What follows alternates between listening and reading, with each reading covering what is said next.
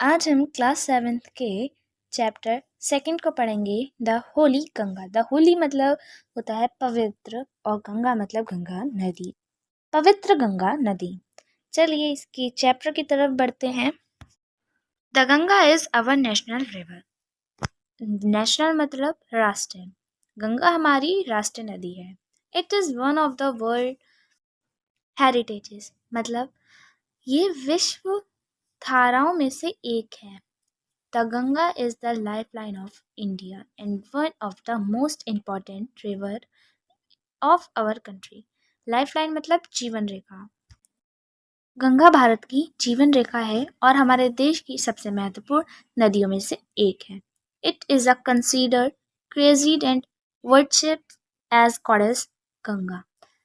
इसे पवित्र माना जाता है और इसकी पूजा की जाती है देवी गंगा के रूप में। अगला पैराग्राफ है हमारा। The Ganga begin its journey from Gaumukh.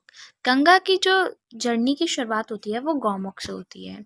Gaumukh is a cave made of ice in the Himalaya. Gaumukh की जो गुफा है वो बर्फ से बनी हुई है हिमालय में। द आइस मेल्ट्स, जब आइस पिघलती है यानी बर्फ पिघलती है। And the water flows out a टिनी stream, और जो पानी होता है वो छोटी छोटी धाराओं में बहने लगता है। As the Ganga flow down the mountains, more and more little stream join her. जो छोटी छोटी जो नदियाँ होती हैं तो जब गंगा जब बहती है नीचे जाती है माउंटेन से तो उसमें छोटी छोटी धाराएं नदियाँ आकर मिक्स हो जाती हैं। Thus the Ganga become bigger and bigger, जिससे जो गंगा होती है वो बड़ी होती चली जाती है और बड़ी होती चली जाती है। It flows down the mountain very fast. ये माउंटेन से बहुत ज़्यादा फास्टली गिरती है। It became wilder and wilder as it surged the plains. Plains मतलब मैदानों पर। ये मैदानों पे पहुंचने पर और चौड़ी हो जाती है। अब अगला पैराग्राफ में हमारी ये हिंदी है जो हमने अभी समझाई। गंगा अपनी यात्रा गौमुख से शुरू करती है। गौमुख हिमालय में बर्फ से बनी एक गुफा है। वहाँ बर्फ पिघलती है और पानी एक छोटी धारा के रूप में बाहर बहता है। जैसे जैसे गंगा पहाड़ से नीचे बहती है कई छोटी धाराएं उसमें मिल जाती हैं। इस प्रकार गंगा बड़ी और विशाल हो जाती है। पहाड़ों से नीचे बहते समय इसकी गति बहुत तेज होती है और मैदानों में पहुंचने पर यह और चौड़ी हो जाती है, जैसा कि हम पीछे समझ चुके हैं। अगला paragraph. It reach the plains at Haridwar. Ganga Haridwar में मैदानी इलाकों में प्रवेश करती है। In the plains it's flown through many village and town of India. मैदानों में ये भारत के कई गांव और शहरों से होकर बहती हैं। अब on both sides of the river Ganga there are green fields. Ganga के दोनों किनारों पर हरे हरे खेत हैं। अगला पैराग्राफ है।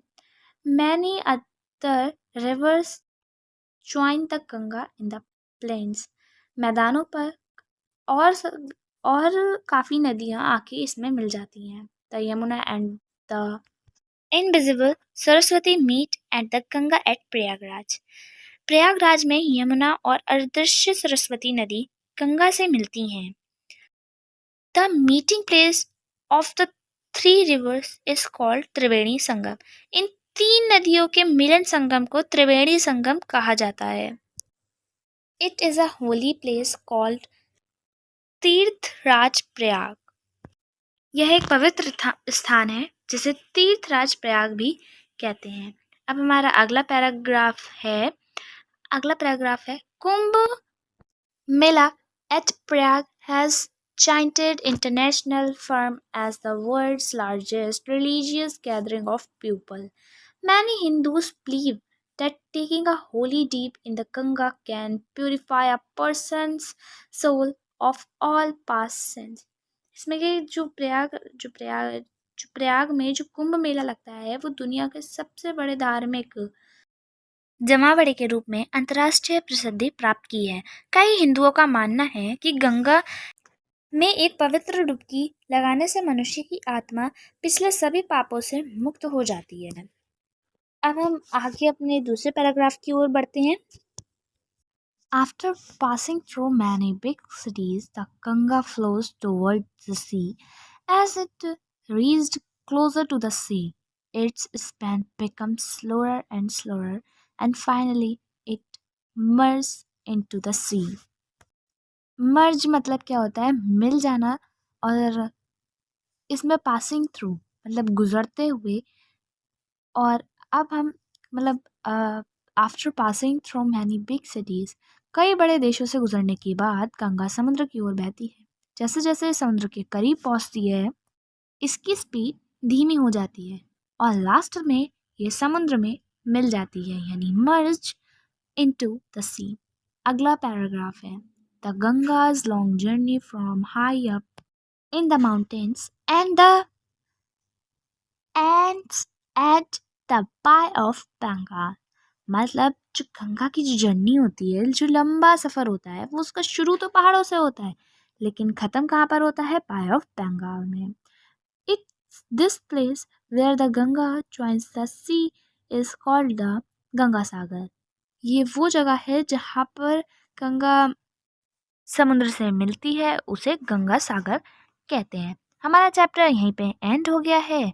तो हमारे इस चैप्टर का मुख्य संदेश यानी स्लोगन क्या था? Ganga's purity is our responsibility. Ganga की पवित्रता, स्वच्छता हमारी जिम्मेदारी है। हमें गंगा को साफ रखना चाहिए।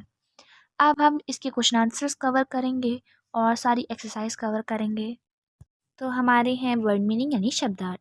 तो फर्स्ट वर्ड मीनिंग है लाइफ लाइन यानी जीवन रेखा, LIFE लाइफ लाइन। सेकेंड स्क्रेड्स मतलब पवित्र, SACRED स्क्रेड्स। वर्शिप यानी पूजा की, WORSHIPPED यानी पूजा की, वर्शिप्ड।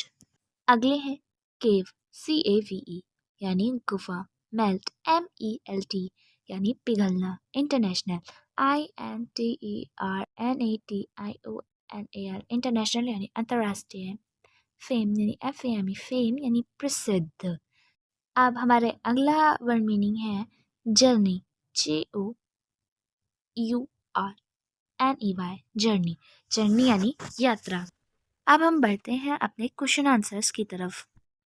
हमारा पहला क्वेश्चन है विच is the national river of India.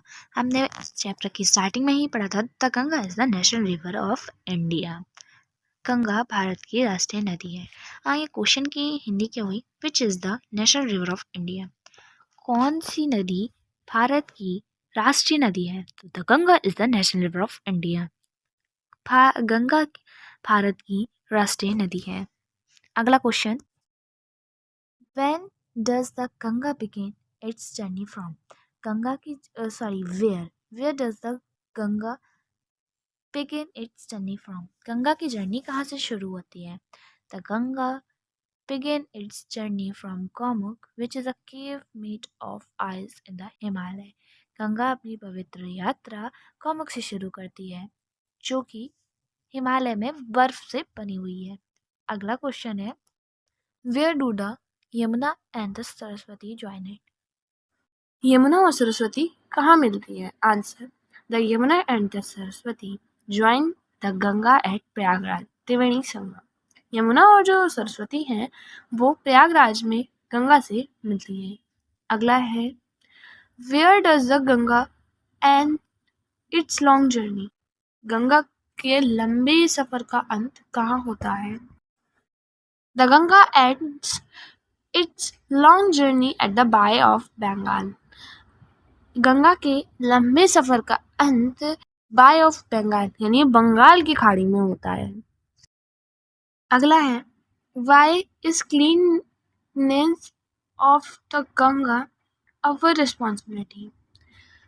Ganga की क्लीननेस यानी साफ सफाई हमारी क्यों जिम्मेदारी है? Cleanness of the Ganga is our responsibility because it is our national river, the lifeline of India and a major source of water.